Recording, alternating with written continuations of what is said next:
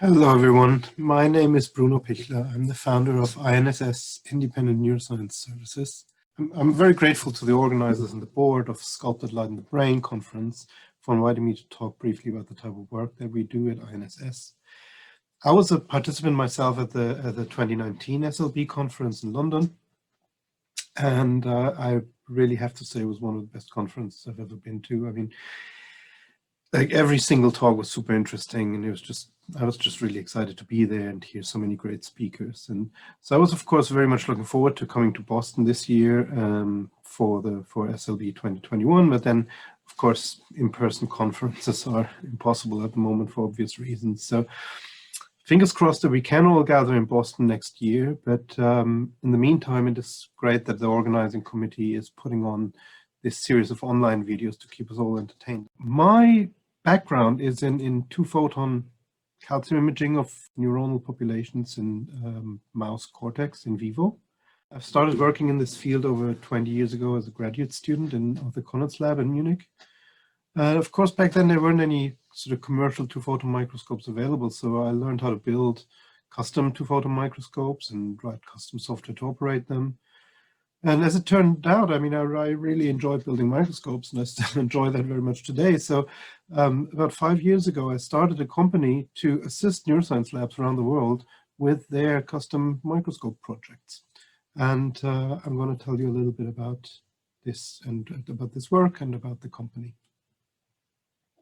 INSS is based in the United Kingdom between London and Brighton in a small village called South Chailey, here near the south coast.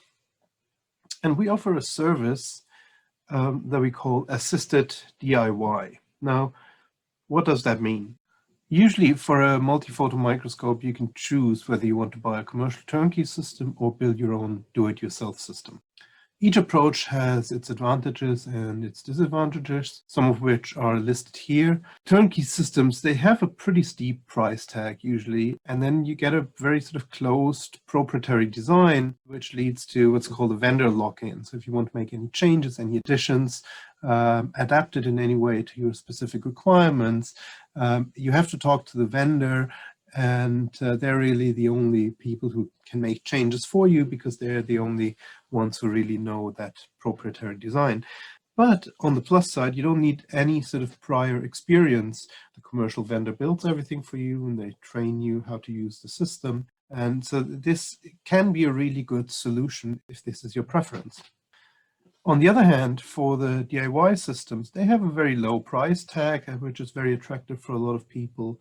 But it's usually not just the low price tag why people favor these. It's also because it's the design is open. There are multiple open source designs available from publications, and 2 designs are shown here on the slide. These are very easily adaptable to your specific requirements because they work on standard Thorlabs components with standard sizes that are also compatible with other rails from Newport or from Linus, and you can attach whatever you like to those and add functionality as and when you need it. The downside is that it does require substantial expertise to build these, and even if you have that expertise, it can become a bit of a time sink for the PhD student or postdoc who is building this system. Now, assisted DIY falls somewhere in between those 2 categories. So the price is a little bit more expensive than for a complete DIY system, but it's still much cheaper than a commercial turnkey system. The design is equally open and equally easily adaptable in the future as it is in a DIY system, so there's no vendor lock-in. It's built based on the same sort of Thorlabs 60mm cages, 30mm cages, SM1 tubes, SM2 tubes, all those off-the-shelf components from companies like Hamamatsu and Cambridge Technology, everything that you would use in a normal DIY system. But the advantage is that you don't really need any prior expertise. We're going to teach you everything you need to know while we're building this together with you. But it will, of course, be good if the person that we're building it with has a bit of a technical mindset, because it is still a DIY system. It does require a little bit more technical engagement from the end user than the fully commercial turnkey systems. But because we're planning it for you, we're project managing it for you, we're building it together, there's no risk that it becomes a massive time sink. what would an assisted DIY microscope look like? Not surprisingly, it's going to look very similar to a full DIY system. On this slide, you can see a few examples of two-photon microscopes that we've built. In the center here is a two-photon microscope for in vivo calcium imaging. So this has a lot of table space here under the objective to give you enough space for an animal stage and any sort of behavioral equipment that you need around it. This is also equipped with an epifluorescence unit. So you see a camera here and 2 excitation LEDs, some filters and filter cubes. The collection optics are equipped with a stimulation LED that allows for full field optogenetic stimulation through the collection optics just underneath the 2 PMTs here. And on the top left here, we have a system that we built a few years ago in Okinawa that is designed to fit exactly over this virtual reality system here, these screens around this spherical treadmill where the mouse can then navigate a virtual environment. The bottom left here, this is a system that we built in central London where space was a little bit tight, so they couldn't get a larger table, but they needed this large discovery laser that takes up quite a bit of the table space. So we ended up designing the microscope to fit over this discovery laser in a way that you can still relatively easily extract the laser for servicing and repair if needed. We had a similar challenge here on the right-hand side where we built a movable scan head that's motorized in XY. But this system also needed a custom pre-chirper because it had components with very high dispersion. And so we ended up building that over the laser, again, because in these densely populated inner city areas, sometimes you just don't have any more space. And even though we would prefer to build systems like these on much larger tables, when that isn't possible, then we can still help the clients to make it work within the given constraints that they have in their labs. Top right, you can see that these front ends are also tiltable if you need oblique access image brain areas that are not accessible from straight above. Now, sometimes also clients come to us with a specific paper that they want to replicate. So this client wanted to build a multicolor collection system with 4 PMTs through a liquid light guide. That was first described in a publication in 2011 from Martin O'Heim's lab. So we modeled this up for them in ray tracing software, identified suitable lenses for it, put it into some Thorlabs tubes and helped them build it in the lab. Similar in the next scenario here, someone came to us and said, oh, I'd like to build this remote focusing unit as in Peter Ruprecht's 2016 paper. Could you help me with this? And so we helped them with this, modeled it up in ray tracing software here, and then identified the suitable components and build it into a full scan head. Now, we're not only working on multi-photon projects, we've also assisted clients with one-photon projects. For example, here you can see a fiber photometry system.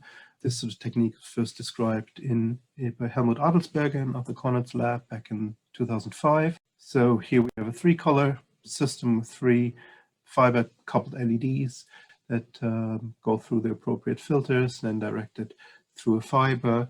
The fiber is implanted in an animal and it's recording bulk GCAM signals in freely moving animals.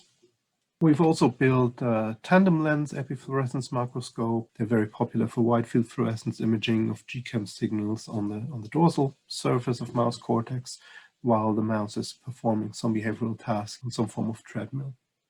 Another very exciting one-photon project that we've worked on was a mesoscope system. You might have seen that publication a couple of years ago in Nature Methods by Fabian Voigt et al. Fabian did this work in Fridtjof Helmchen's lab in Zurich. That's an open source light sheet microscope for imaging clear tissue. And one of our clients at the UK Dementia Research Institute asked whether we can help them build such a mesoscope in their lab. And so we did. This is what it looks like. We helped to obtain the table, get all the components, project manage the whole thing, and then as you can see here, some of my engineers came to the lab, helped them build this all up on their table, and yeah, within 3 days they had a complete mesoscope system readily on their table. And then all they needed to do was bring in the clear tissue that they've already prepared, There's the cleared brain in a cuvette that goes into this refractive index matched immersion solution, and you image the brain, and very quickly you get these nice images. One of the most exciting projects we've done recently was building a diesel 2P microscope that was designed in Spencer Smith's lab at UC Santa Barbara. This is an open source 2-photon mesoscope with 2 independent scan engines. This allows you to image 2 independent regions within a 5mm field of view simultaneously by means of temporal multiplexing. So you have this delay line here that delays one of the 2 beams by exactly 6.25 nanoseconds, and that allows you to then assign collected photons to one of the 2 imaging paths simply by their arrival times. And that's relatively easy with fast digitizers then to separate this in software. So you get 2 completely independent scan paths that image truly simultaneously, rather than having a single path and jumping between 2 different regions. You can see here part of the beam path on the right-hand side. Here for scale, you can see my hand next to the objective. It is quite a large objective. Now, if you bring this viewing card into focus and start scanning, you can see that you can independently position 2 different scan spots in different regions. If you know these IR viewing cards from Thor Labs, you'll know that this is a 7.3mm circle. What that allows you to do is to position 2 arbitrary regions anywhere over your 2 hemispheres. And in this example here, we're just imaging 2 sort of long stripes, 1 in each hemisphere. And then you can zoom in and visualize the single cell activity in this GCamp mouse. Now, this was actually the very first mouse that we put under the microscope. So I was quite happy that this worked straight away so nicely. So I hope this gives you a little bit of an overview of the type of work that we're doing at INSS. Thank you very much for your attention, for watching this video. Thanks again to the organizers for putting on the conference, but also putting on this video series. This is everything that I had to talk about today, and hope some of this is interesting to some of you. And if it is, please do get in touch if you have any questions. This is my email address here. You can get in touch via the website or through Twitter. And I hope to see you at Sculpted Light in the Brain 2022 in Boston. Goodbye. Thank you.